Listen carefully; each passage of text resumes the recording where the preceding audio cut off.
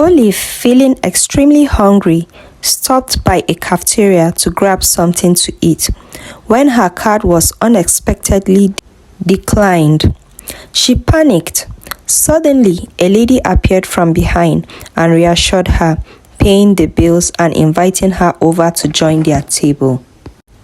"My name is Dara," the lady said, "and these are my school sisters." "I am Olive," she replied. Although the girl seems way above her class, they were friendly and accommodating. She had a nice time. They ate together, gisted, and exchanged their numbers. Olive couldn't wait to reach her hostel to share what happened to her roommates.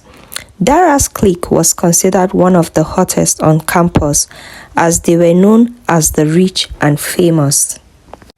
Immediately, Olive reached her room. She gathered her roommates and narrated how Dara effortlessly helped her and how classy the girls were. Her roommates were engrossed in the gist and insisted on Olive to find a way to become friends with Dara and her clique, as this could change her life and theirs too, here on campus and beyond. The following day, Dara called Olive while she was on her way to lecture and told her to meet her at home. Olive was so excited, as this was an opportunity for her to become friends with one of the most famous girls on campus. She decided to skip lecture and visit Dara. Dara lived in a mansion and had 2 flashy cars, a security man and a house help. For a university student who is not working, how could she have been able to accomplish this? Olive wondered and thought to herself as Dara showed her around the house. "I'm hoping to move to a bigger apartment soon," Dara proudly said as Olive followed her behind. "But this is already big and it's so beautiful," Olive replied. Dara busted into laughter and said, "My dear, you have no idea of who I am. And at my level, this place is too small for me. I could help you, Olive, but you know everything in life comes with a little price."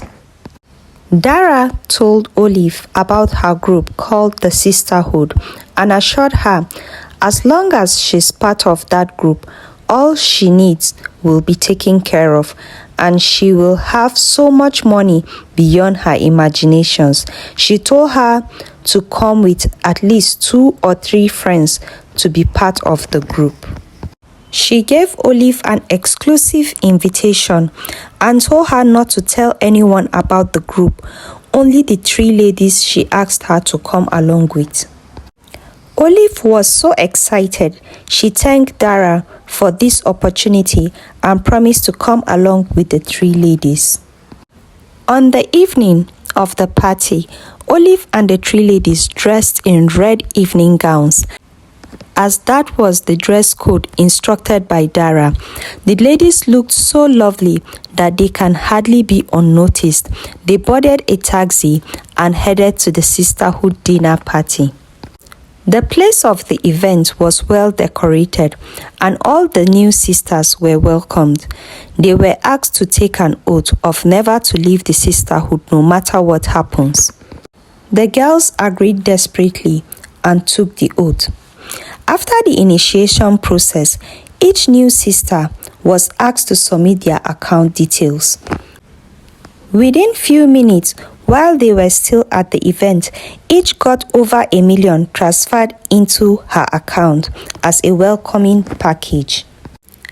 And they were told their first assignment to prove their loyalty will be communicated to them as soon as possible.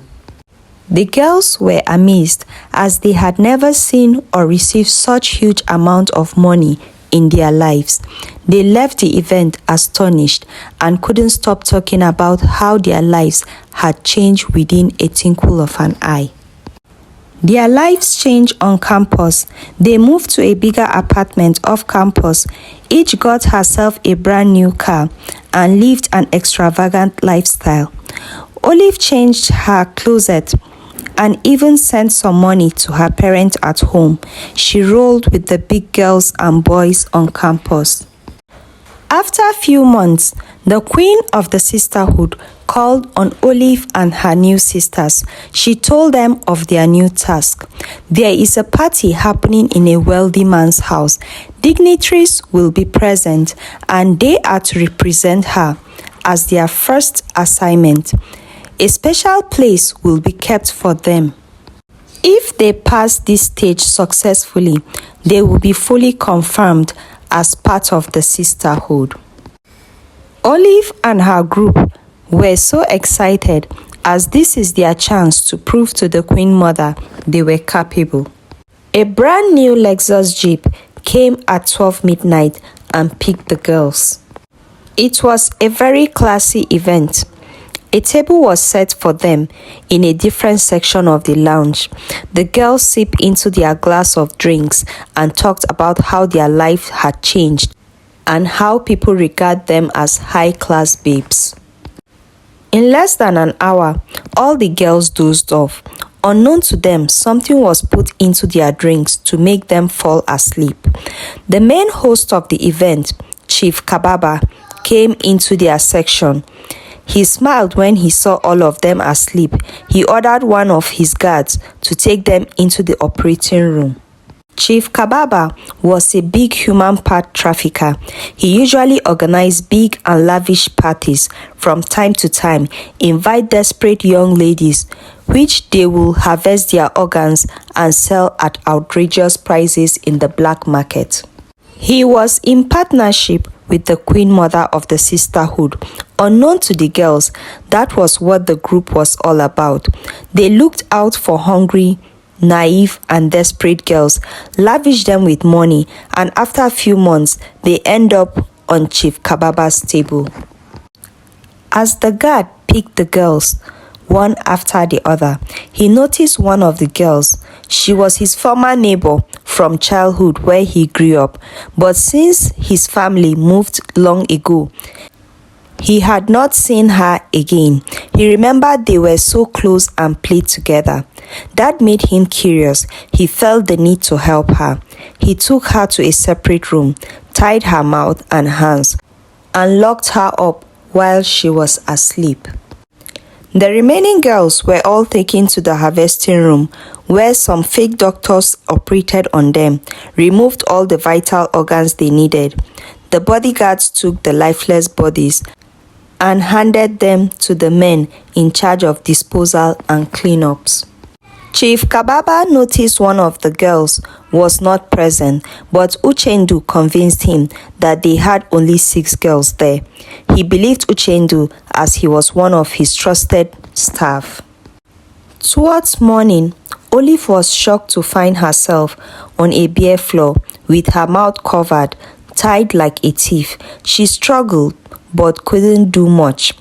After hours, Uchendu came into the room. He told her not to make a sound, as this could be the end of her life or his. She was so scared and terrified at that moment. He asked her if she was Olive. He mentioned where they had lived before and called all her siblings' names. Olive instantly remembered him. They hugged each other as she bursted into tears.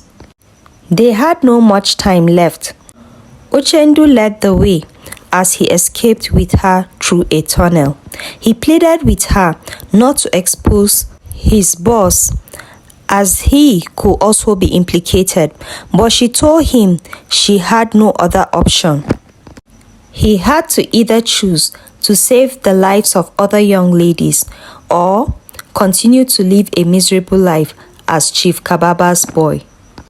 Uchendu had initially wanted to leave Chief Kababa several times, but it hadn't been easy, so this was a perfect opportunity for him to walk away. Olive thanked him for saving her life and told him to flee far away, as her new mission was to save the lives of young girls on campus and to bring the Queen Mother and Chief Kababa down. Olive reported Chief Kababa and the Queen Mother. An underground investigation was done, and they were eventually arrested. She started an awareness campaign in campus, encouraging girls to stay safe and to avoid being carried away by material things. She lost all her friends due to their desperation, and this was a life lesson she will never forget. Thank you for listening to this beautiful story to the very end. Please like and comment. My next story is about a lady who couldn't marry because she was in love with cucumbers. Follow this channel for more amazing stories every Friday. And for those that have already subscribed, I want you to know that you are appreciated. Thank you for returning.